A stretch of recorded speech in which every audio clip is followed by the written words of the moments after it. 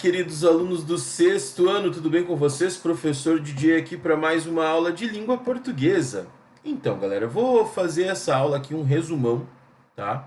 Do que nós aprendemos semana passada, tá? Para que aquelas pessoas que não puderam comparecer às aulas, que vejam essa aula que é um pouco mais curta, né? Eu expliquei esse conteúdo na sexta-feira e aquelas pessoas que estiveram presentes na aula de sexta e têm alguma dúvida, que esclareçam a dúvida através dessa aula que é um pouco mais curta, beleza? Então nós temos aqui a propaganda, né? A linguagem visual e verbal. Linguagem visual, tudo aquilo que podemos ver de imagens, ilustrações, fotografias. Verbal, linguagem verbal, tudo aquilo que está escrito, seja no cartaz, no outdoor, né? Então, tudo que na propaganda está escrito é linguagem verbal, ok? Temos aqui uma imagem muito bonitinha, muito fofinha, porém muito triste, né?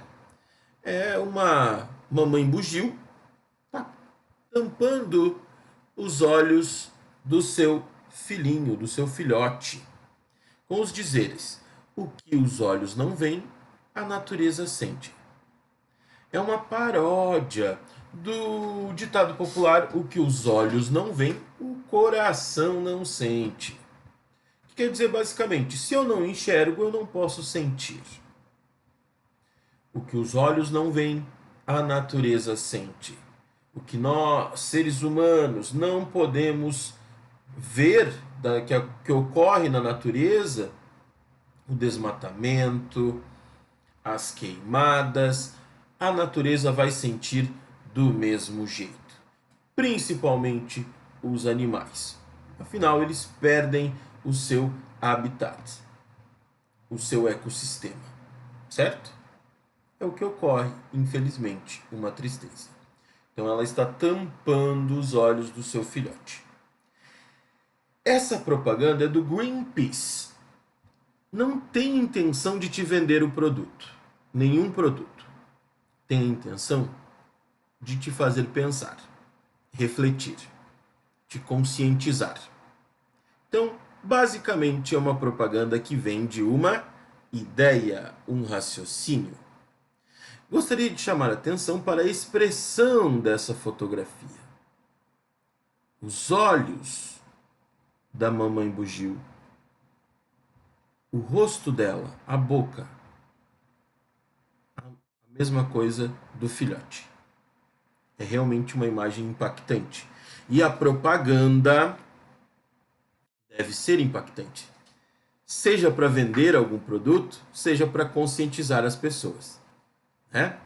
Quando nós vendemos alguma coisa, aquele produto deve ficar marcado para as pessoas que tenham vontade de comprar de uma forma que aquelas pessoas que vejam a propaganda tenham vontade de comprar aquele produto. Então a propaganda, né, sempre tem que ser marcante. Sempre.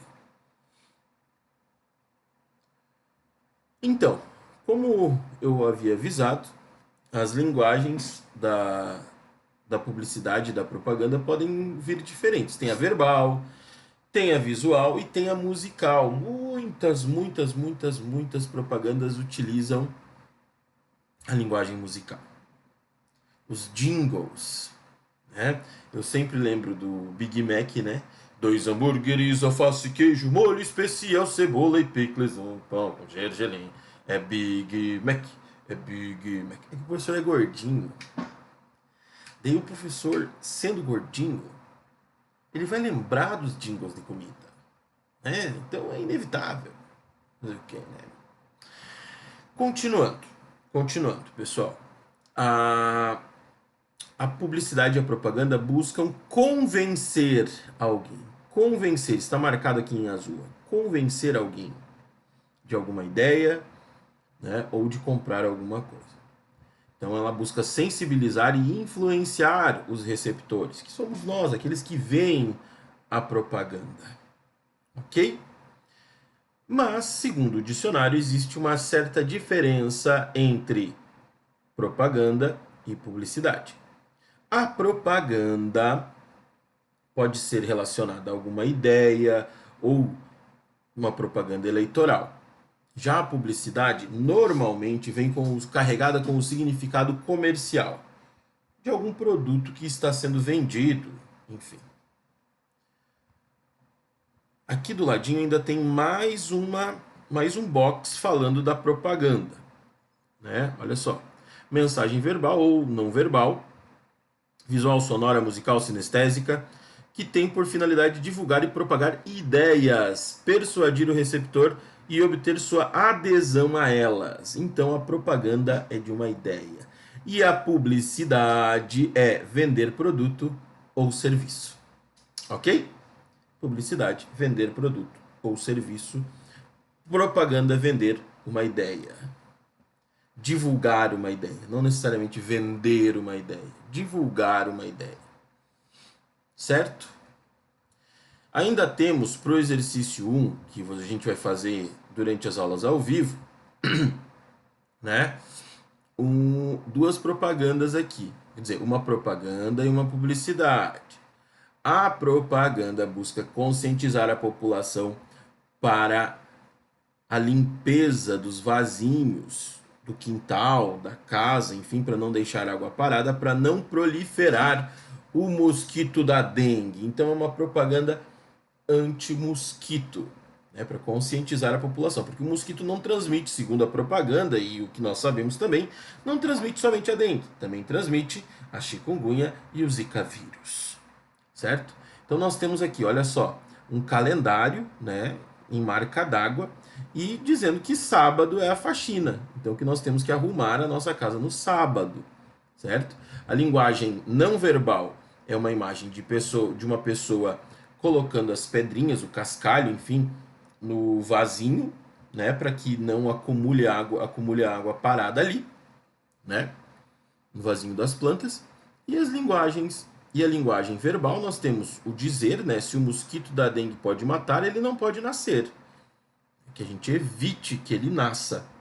E também tem várias outras coisas que chamam a atenção aqui, né? Inclusive, aqui embaixo, que é bem interessante, um passo a passo, né? Tampe os tonéis e águas e caixas d'água, mantenha as calhas sempre limpas, deixe garrafas sempre viradas, mantenha a lixeira bem fechada.